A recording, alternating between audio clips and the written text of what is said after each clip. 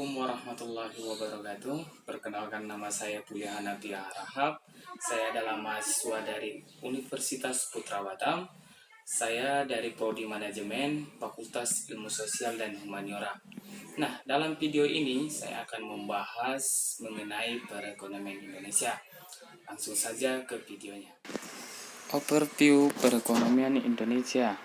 Perekonomian Indonesia masih memiliki beberapa masalah, salah satunya yaitu implementasi pembangunan ekonomi yang terkesan seadanya karena tidak ataupun barangkali belum muncul strategi yang bisa membuat perekonomian Indonesia kembali bergairah. Hal ini dapat dibuktikan dengan masih adanya pengangguran, kemiskinan sampai sekarang yang masih menjadi perdebatan. Pendapatan nasional. Pendapatan nasional adalah salah satu faktor yang mempengaruhi suatu perekonomian pada suatu negara. Nah, pendapatan nasional sendiri itu adalah nilai output yang dihasilkan oleh perekonomian pada suatu periode tertentu.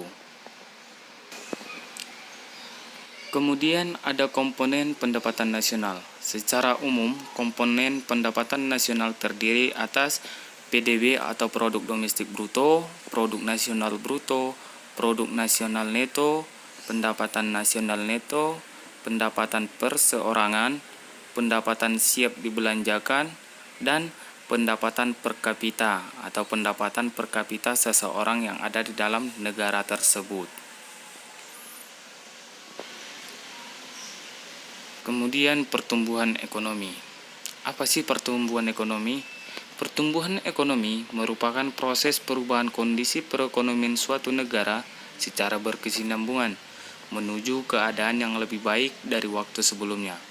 Pertumbuhan ekonomi dapat diartikan juga sebagai proses kenaikan kapasitas produksi suatu perekonomian yang diwujudkan dalam bentuk kenaikan pendapatan nasional. Perkembangan ekonomi Indonesia. Jika dilihat dari perkembangan ekonomi Indonesia pada tahun 1998, semua orang pasti tahu bahwa ekonomi Indonesia mengalami keterpurukan akibat serangan ekonomi dari berbagai macam pihak.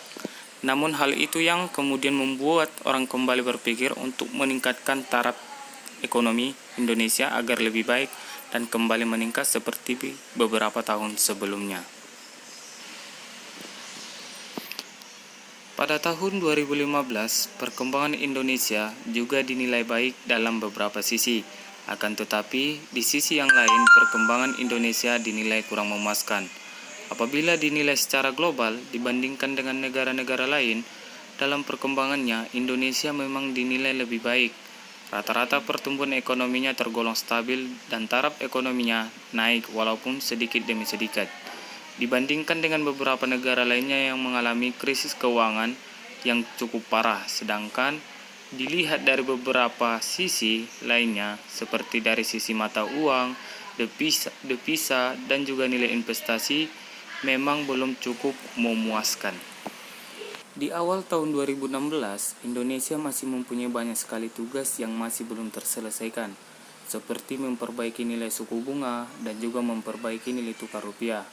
Yang menjadi angin segar tahun ini adalah pemerintah kali ini tengah berupaya memperbaiki berbagai macam infrastruktur guna memperlancar program terbarunya, yaitu memperbaiki dan meningkatkan 10 macam destinasi wisata yang ada di Indonesia menjadi bertaraf internasional. Nah, untuk teman-teman, kita tahu bahwa perekonomian Indonesia pada saat ini dengan adanya pandemi COVID-19, perekonomian Indonesia mengalami keterpurukan, khususnya di Kota Batam. Kita lihat dari segi pasar, contoh ataupun beberapa macam pasar ataupun beberapa contoh pasar yang sepi akibat COVID-19 ini.